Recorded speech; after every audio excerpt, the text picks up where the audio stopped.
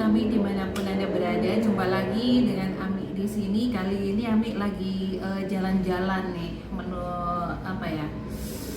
di hari ulang tahunnya Ami yang kemarin dapat hadiah undangan teman-teman ke Bogor. Jadi kita kemarin udah jalan ke Bogor, ke Forest Coffee. Nah sekarang ada lagi nih. Sentul. Oh ya, ke Sentul. Nah sekarang ini di mana nih? Di Cibubur. Oh, di Cibubur. Aduh, udah 3 kota nih dilaluin coba. Dan tahu siapa cewek keren di samping Ami ini?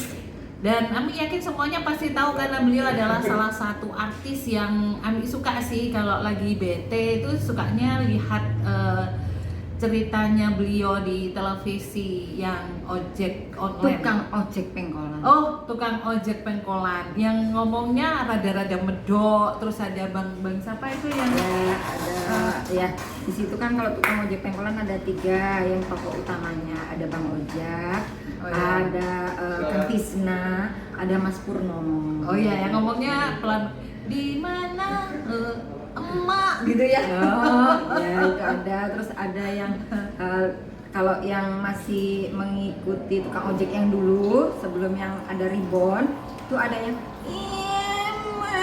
Oh iya, itu yang paling lucu kan? Udin itu namanya. Orangnya kayaknya serem banget, tahunya kayak preman ternyata Bang Udin, nggak taunya ngomongnya ya gitu, ya macam-macam. Nah, kebetulan hari ini kita ada di kantor beliau nih, juga kantor plus cafe, karena kenapa sih kok bisa ada kantor tapi ada kafenya juga atau bagaimana, kita akan kulik beliau ini yang di samping kita ini, karena beliau memang merupakan satu artis yang cukup beken di ojek pengkolan, dan itu Ami suka banget dan tidak menyangka kalau ketika Ami melihat itu Ami bisa ketemu dengan beliau, diundang oleh beliau, keren banget. Dan minumannya, kopinya ya. Gimana tadi udah ngicip loh ya? Oh sudah, Amerika Ahlinya enak. kopi, ngicipin di tempat kopi saya, deg-degan lo tadi. Ternyata alhamdulillah. Enak kopinya. Ami suka dengan kopi-kopi dari Jawa Tengah juga suka, kayak Temanggung beliau punya. Terus yang ini yang dari Flores Bajawa itu mesti enak. Memang Namanya juga ada. Jadi Ami suka dengan kopi-kopi yang disajikan di sini, dan udah coba-coba. Tapi di sini kita akan coba mengulik apa sih kiat beliau sebagai artis, tapi masih juga dia punya usaha real estate, terus ada cafe juga. Bahkan sebenarnya di samping-samping ini beliau memberikan kesempatan nantinya kepada UMKM ini untuk bikin semacam pujasera bagi UMKM, di mana setelah masa PPKM itu mereka nanti bisa berkarya lagi gitu. Nah, yuk kita kenalan, nama beliau siapa, biar beliau kenalan sendiri karena beliau orang yang keren abis. Assalamualaikum sahabat Ami. Di sini aku manggil Ami itu karena panggil ibu ya. Ya, Ami itu artinya ibu. Jadi Ami itu bukan nama tapi ibu. Tapi saya sendiri kadang-kadang Mbak Ami. Jadi udah Mbak, ibu gitu kan katanya, padahal itu ibu gitu, karena nggak enak jadi iya Mbak Ami. Salah lagi, tapi apa ya kalau ada salah-salah Mbak Ami. Loh, salah lagi. Mbak Ami berarti Mbak Ibu Mbak gede, Ibu. Ami udah gajah, terus tambah gede.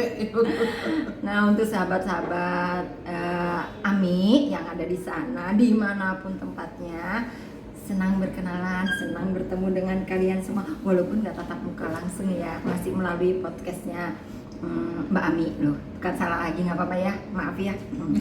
Saya Lulu Kurnia. Saya sendiri sebenarnya sebagai kuli seni, yaitu seniman yang dari kecil sampai akhirnya gede jadi hobi. Jadi hobi dari kecil yang alhamdulillah hobi itu karena ditekuni, karena saya sayang, karena saya cinta, akhirnya hobi itu menghasilkan sesuatu yang seperti apa yang saya harapkan. Dan kalau untuk bisnis itu memang dari kecil juga dididik untuk bisnis. Kamu kalau nggak kerja, kamu nggak dapat uang. Kalau kamu nggak kerja, kamu nggak bisa bermanfaat untuk yang lainnya, kan gitu, untuk sesama, untuk siapapun. Dan kebetulan sebenarnya ini adalah usaha suami bersama sama teman-temannya. Lalu karena saya seorang istri yang selalu kepo dan mengikuti apa sih, aku mau dong ikut jualan, aku mau dong ikut begini begini. Pokoknya kalau nggak syuting saya akan selalu cari kesibukan apa yang bisa saya lakukan kan gitu. Jadi selain saya syuting, dulunya yang memang saya nari, saya model, saya juga di teater yang akhirnya saya syuting, saya juga perias pengantin, saya juga untuk motong rambut, motong baju, pola apa semuanya bisa. Tapi semua itu kan nggak semuanya langsung semuanya jadi dijalanin semua, tapi semua itu mengalir apa adanya. Dan ternyata kalau waktunya syuting ya syuting, tapi bisnis yang lainnya yang aku sukai adalah kuliner. Dari dulu selalu ada kuliner, bolak-balik ntar kuliner bukannya gagal ya, berhenti karena segala sesuatu hal, jalan lagi, kuliner lagi. Dan pada saatnya kemarin syuting stripping selama 3,5 tahun di tukang ojek pengkolan, lalu ada yang namanya pandemi. Keren kan? Pandemi itu adalah sesuatu anugerah dari Allah yang memang itu ujian buat kita semua. Kita harus survive, apapun yang terjadi kita harus survive. Saat itu sudah mulai terdengung-dengung awal tahun bahwa kantor akan ditutup. Pandemi masuk pertama kali deket banget Bekasi. Saya ada di Cibubur. Nah, begitu dekatnya kita sudah mulai mendengar duluan. Oke. Setelah itu baru nih teman-teman kantor yang ada di sini apa yang harus dilakukan. Kalau ini tutup, kan sayang juga yang lainnya ya. Nah, kan teman-teman tahu kan, waktu pandemi itu pertama kali diketahui adalah di Bekasi, deket banget sama Cibubur, cuma berapa kilo? Cuma 5 kilo dari sini, berarti kan sudah, wah ini udah nggak bisa main-main ini, kita udah persiapan duluan. Lalu sudah terdengar juga dari Depkes, karena ada saudara di Depkes ini, bahwa kantor-kantor akan ditutup apapun itu kecuali yang jual makanan. Malah jual makanan ya? Iya. Kalau di Jawa Timur enggak, tutup ya. Justru jual makanan ini wajib tutup malahan. Jual makanan di sini boleh buka, tapi ada jamnya, pagi sampai sore jam 5, dan itu harus take away. Kita menyiasati supaya kita tetap boleh buka, menyiasatinya juga bukan dengan niatan jelek, enggak. Jadi apa ya yang supaya kita tetap bisa berputar perekonomian ini. Kalau tutup kan nggak dapat penghasilan. Udah nggak ada penghasilan kan gitu. Lalu yang namanya niat baik itu akan diikuti oleh sesuatu yang baik, insya Allah ya. Amin. Kita ridho aja untuk menerima semua yang dari Allah. Menurut kita buruk, belum tentu itu buruk beneran kata Allah kan gitu. Artinya bukalah kita kafe ini adalah kafe untuk kopi ya, untuk nongkrong kantor, teman-teman kantor gimana nih sharing untuk apa, sebenarnya seperti itu awalnya, supaya kita juga tetap buka, tetap kita nggak mati pikiran yang stres yang kayak gimana ya. Semuanya nggak menutup kemungkinan semuanya pasti berkurang semuanya. Orang yang biasanya mencari real estate, mencari rumah, beli rumah, titip rumah, sepi seketika. Bisa langsung down. Iya, seketika itu pula. Tapi karena kita masih datang, masih untuk bikin kopi, ada kafe, kita masih sharing, ya. Kita tetap jaga yang namanya prokes, tetap dijaga. Akhirnya, ya Allah juga itu kan karena energi kita yang kita berikan adalah energi sebagian baik. ikhtiar gitu kan. Adalah orang yang menitipkan rumah karena kepepet karena pandemi. Oh masih ada orang nitipin rumah. Orang nitipin rumah kalau di tempat properti seperti ini itu anugerah, karena kita berarti punya stok rumah itu banyak, karena kita tidak hanya jual primer yang baru, tapi juga rumah bekas, rumah lama, kafling seperti itu segala macam. Banyak yang titip itu karena pandemi. Nah, berarti kan kita nambah stok. Kita belum jualan tapi udah stok ada.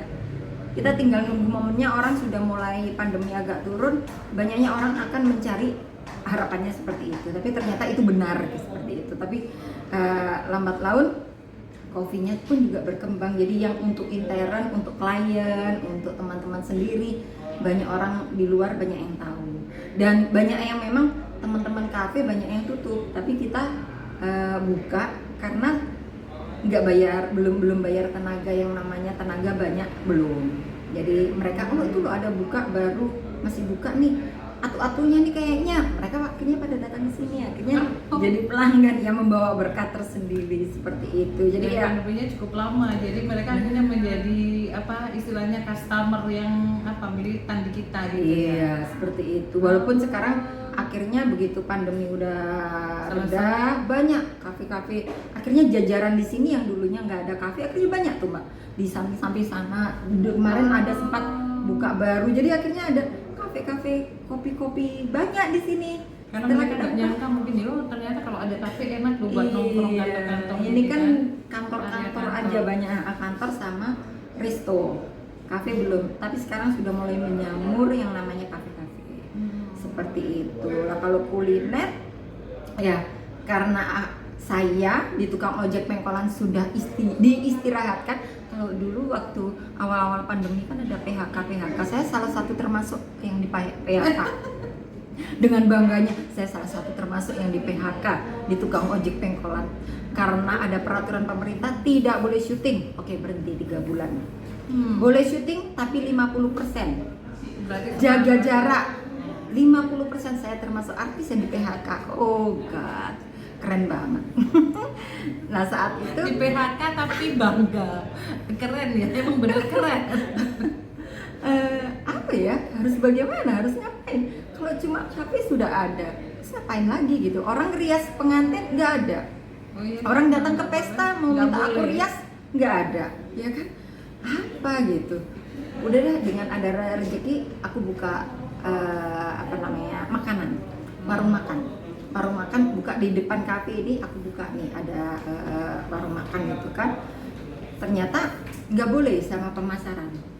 Nggak boleh ada warung di depan, maksudnya display di depan, harus masuk ruko. Mau nggak mau saya harus cari ruko, tapi nggak mau jauh dari kafe saya. Akhirnya di sebelah ada. Alhamdulillah sebelah ada, dan ada temannya karena kan rukonya cukup besar, tempatnya strategis.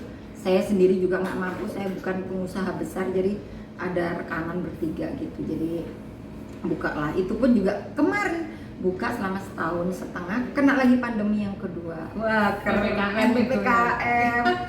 Mudik lah itu yang namanya pegawai. Semuanya rombongan mudik karena nanti nggak boleh mudik. Tahun lalu udah nggak mudik, tahun ini nggak mudik, nggak bisa rombongnya, aduh pusing. Ya udah mudik dan nggak kembali semuanya.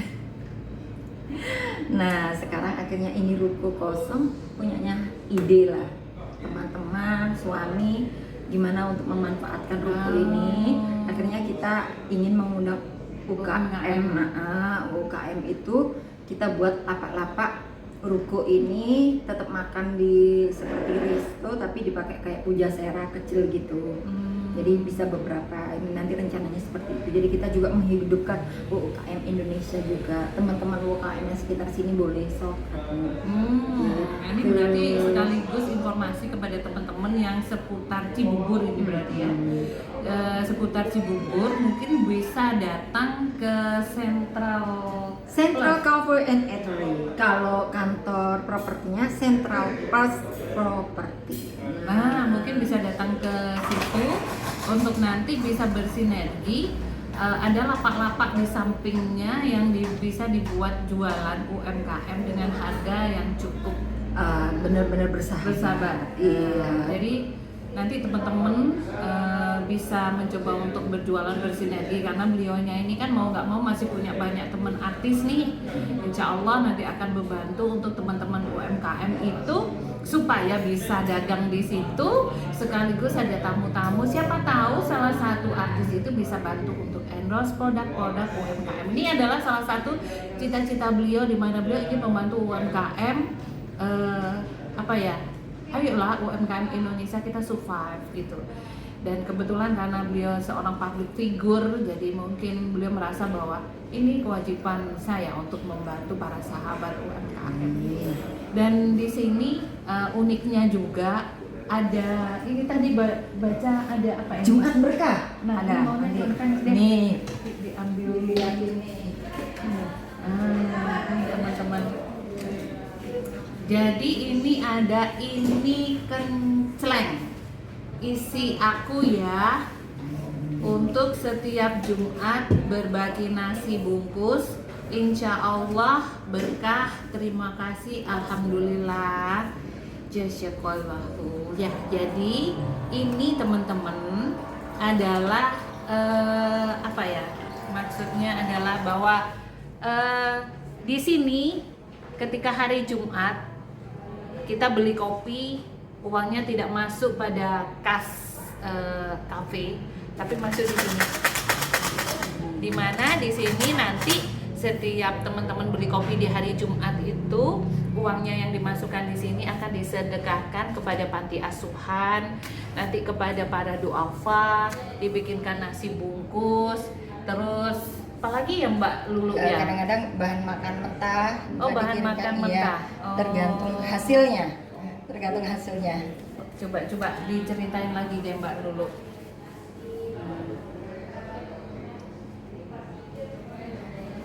Nah, tuh kan itu salah satu apa ya? Apa sih yang harus bisa kita lakukan, apa yang bisa kita perbuat untuk walaupun itu kecil, insya Allah bisa bermanfaat untuk alam semesta ya. Apalagi untuk anak yatim piatu, untuk kaum duafa itu kan setelah pandemi ini juga pasti akan lebih banyak mereka-mereka yang membutuhkan untuk uluran tangan kita, ide kita, Apa kemampuan yang kita. menginspirasi seperti itu. pertama kali ada kenceleng namanya kenceleng atau kenceleng itu artinya apa? Ami dari Surabaya ya, dari Surabaya. Oh, kenceleng itu bunyinya. Oh alah. Jadi kenceleng ini bagi siapapun kalau tiap hari Jumat yang ngopi maupun ngeteh apapun, beli minuman apapun, pembayarannya tidak masuk di kasir tapi dimasukkan di kenceleng. Gini. Kalian di sini tadi ada tulisan pilih kopinya, bayar seikhlasnya. Seikhlasnya loh. Kalau misalkan kopi ini harga 15.000, mau dibayar 10.000, kalau ikhlas nggak apa-apa. Masukin ke kenceleng. Atau kepingin ngopi, harga kopi itu 20.000, Bayar karena nggak 5.000. punya duit, bayar 5.000, masukin ke kenceleng. Ya apa-apa. Tapi kalau punya duit, beli kopi 20.000 atau 15.000, masukin Bayar 100.000. Boleh. Alhamdulillah gitu. Jadi, nah karena itu kita diajarkan untuk bersama-sama kita berbagi, dan itu di hari Jumat. Kenapa sih kok cuma hari Jumat? Ya karena kebetulan saya sih kepinginnya tiap hari bisa memberikan kopi atau makanan gratis, insya Allah. Amin. Allah, Nah, amin. kemampuan kita hitung-hitungnya itu sepertinya bersama-sama teman-teman kayaknya masih Hari berani Jumat. dan cukupnya di hari Jumat. Tapi itu sudah termasuk upaya yang bagus, dalam artian ketika kamu ingin berbuat kebaikan, ya ayo lakukan, walaupun itu cuma sedikit, walaupun itu cuma selangkah dua langkah, ketika itu dilakukan nanti akan bertambah gitu. Insya Allah seperti itu. Asik ya namanya kenceleng. Kalau di tempat Ami kan ada Jumat Berkah, itu memang sehari full, itu gratis, tapi tidak punya pikiran bahwa harusnya tetap bayar seikhlasnya, dimasukkan ke kenceleng, terus nanti ini dibagikan untuk duafa atau yatim piatu. Berarti kan sebenarnya ada dua kemanfaatan, selain sedekah tapi juga dikasihkan untuk orang lain. Untuk Sebenarnya orang kan lain. itu Nah. daripada cuman hanya sedekah aja, berarti ada dua kemanfaatan untuk orang lain lagi kan. Dia Betul ketika dia bayar seikhlasnya. Bagus, itu harusnya dirubah. Jadi di Ami cuma ada Jumat Berkah, ada pohon kopi untuk saudara, di mana pohon kopi itu kita ada pin hati. Jadi kalau ada beli kopi, ada sisa uang 5.000, kita kasih pin hati untuk ditaruh di pohon kopi. Di mana ketika nanti ada teman-teman yang pengen minum kopi nggak punya duit nih, kan kadang meskipun kayaknya keren tapi kadang nggak tahan ya. Ya udah, ambil aja satu pin hati di pohon kopi, kasih ke barista kita, itu nanti dapat kopi gratis. Atau kalau punya buku bacaan banyak, boleh beli kopi, bayarnya buku, nanti buku itu akan kita sedekahkan. Masya Allah, itu juga Gitu. luar biasa. Jadi teman-teman, ternyata banyak sekali loh sahabat-sahabat baik yang punya kafe, tapi mereka punya ide-ide fantastik untuk kebajikan, ide-ide fantastik untuk bisa berbagi dengan orang lain.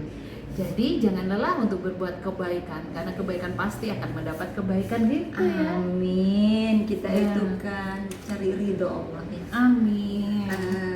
Ridho Allah untuk kita semuanya, seluruh alam semesta. Ya, supaya kita bahagia terus.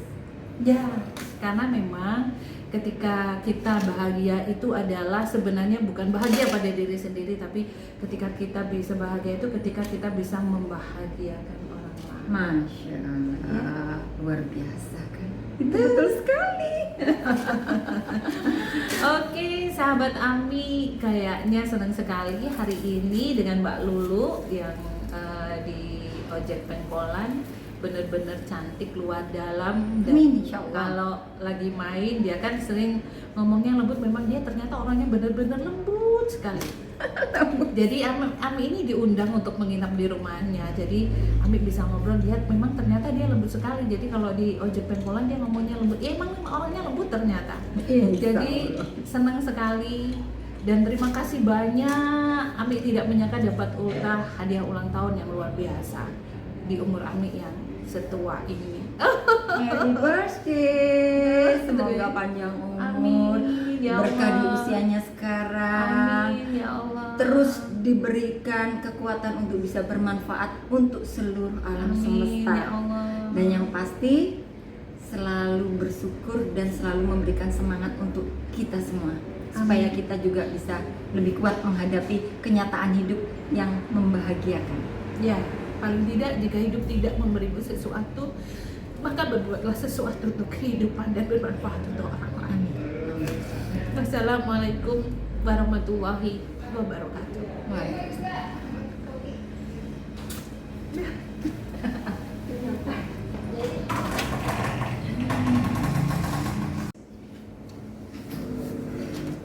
Oh iya, sahabat Ami, selain ini kan, ada yang menarik di kantor ini atau di kafe ini. Apa itu? Yaitu ketika pagi hari datang tadi itu sudah ada doa-doa untuk pembukaan kantor. Tetapi ketika habis sholat duhur itu ada bacaan Al-Quran, yaitu kalau nggak salah surat Ar-Rahman. Ar-Rahman. Jadi mereka baca semua, duduk manis, baca semua yang buat hati ini jadi tenang sekali. Bagaimana ini bisa dilakukan ya gitu, karena memang pernah dengar sih ada kantor-kantor yang melakukan itu, tapi bukan kantor pondok pesantren. Kalau ini pure kantor. Jadi Mbak Lulu, apa sih yang membuat kantor ini akhirnya melakukan hal rutinitas seperti itu?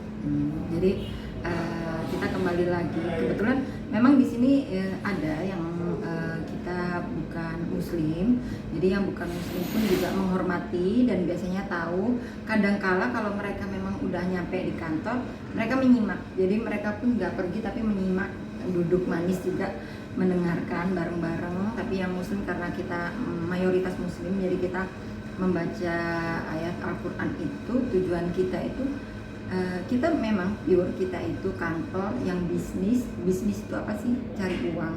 Tapi cari uang tentunya kalau kita mengikuti sunnah Rasulullah SAW itu, cari uang itu kan untuk cari barokah.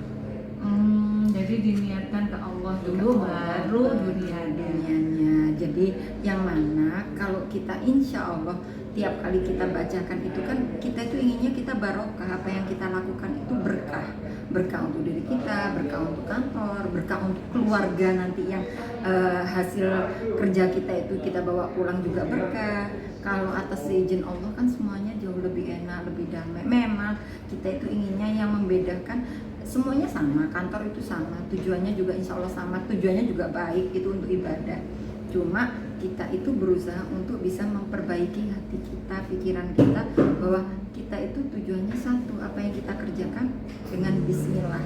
Bismillah itu apa sih yang bisa untuk bisa mengingat kita? Ya kita membacakan ayat Al-Quran yang ada di Al-Quran, yang sekiranya tujuan kita itu sama semua, terwakillah dengan kita membaca surah Ar-Rahman, seperti itu. Jadi langsung diimplementasikan dengan satu perbuatan, bahwa setiap hari sehabis sholat duhur pasti dibacakan ayat-ayat Al-Quran. Terus habis sahabat-sahabat ya Istiqomah itu. Jadi udah dilakukan udah sejak setahun setengah sejak pandemi, seperti itu. Jadi kita itu ingin menghilangkan rasa kekhawatiran kita mengenai dunia itu kan nggak cuma berupa uang, tapi sakit atau godaan setan, atau yang namanya bisnis itu kan kadang kita ada curang atau main sikut atau ada persaingan. Itu insya Allah itu di kantor kita insya Allah nggak ada, minim. Jadi itu pun misalkan kadang keluar, kadang ingat lagi, oh iya kan kita bekerja karena Allah gitu. Makanya itu juga kunci sukses kenapa di masa pandemi semuanya terpuruk, kantor ini tetap berjaya. Bahkan Insya Allah. banyak penjualan yang dilakukan di situ. Keren abis ya. Insya Allah. Semoga kita bisa istiqomah seterusnya. Amin. Allahumma amin.